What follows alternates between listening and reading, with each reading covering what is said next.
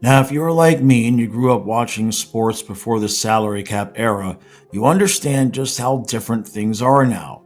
It used to be that the teams with the richest donors and the biggest media deals could just buy themselves championships or at least consistently competitive teams.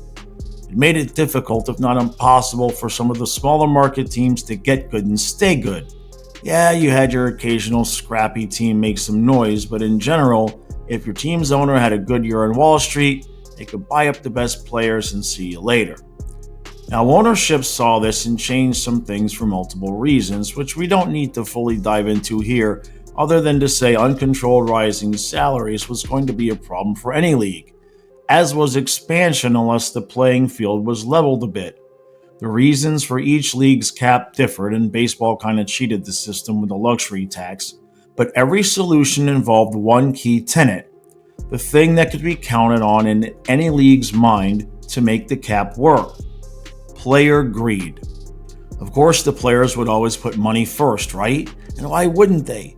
The career of the average NFL player is only 3.3 years, and even in baseball, it's only 5.6, and that's the longest of the big four. So that part is easy, right? The salary cap works mainly and only because we can 100% count on one thing, and that is the fact that the players will almost always, en masse, choose money over everything else. Except, what happens if that failed to be the case?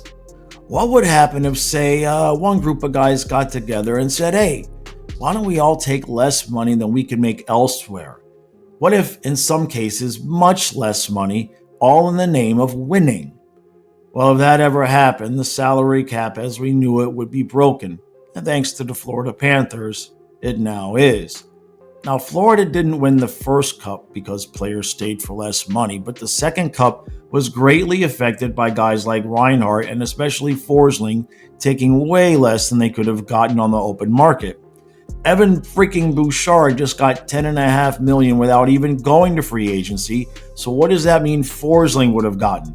I think you see my point. Now, should Florida win a third, or even Steve Dangle forbid, a fourth cup, the team will become the new standard more than they already are.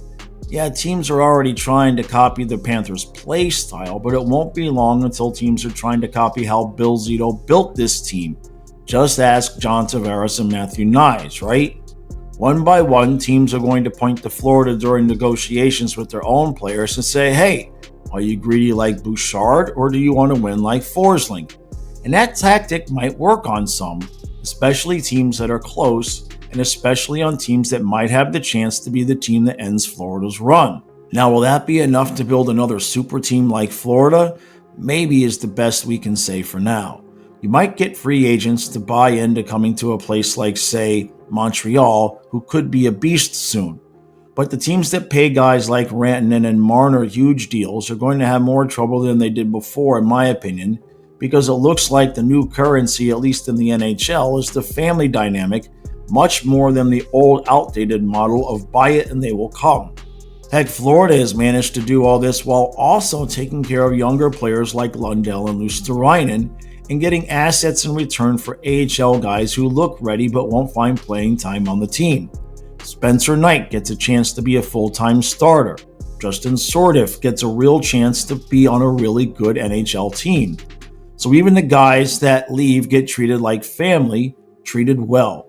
It really is a package deal, and yeah, while Florida likely has some work to do to get back under the cap before day one of the 26-27 season, even that is not guaranteed set in stone because of the chance that Tkachuk might go on LTIR during the final year of that loophole.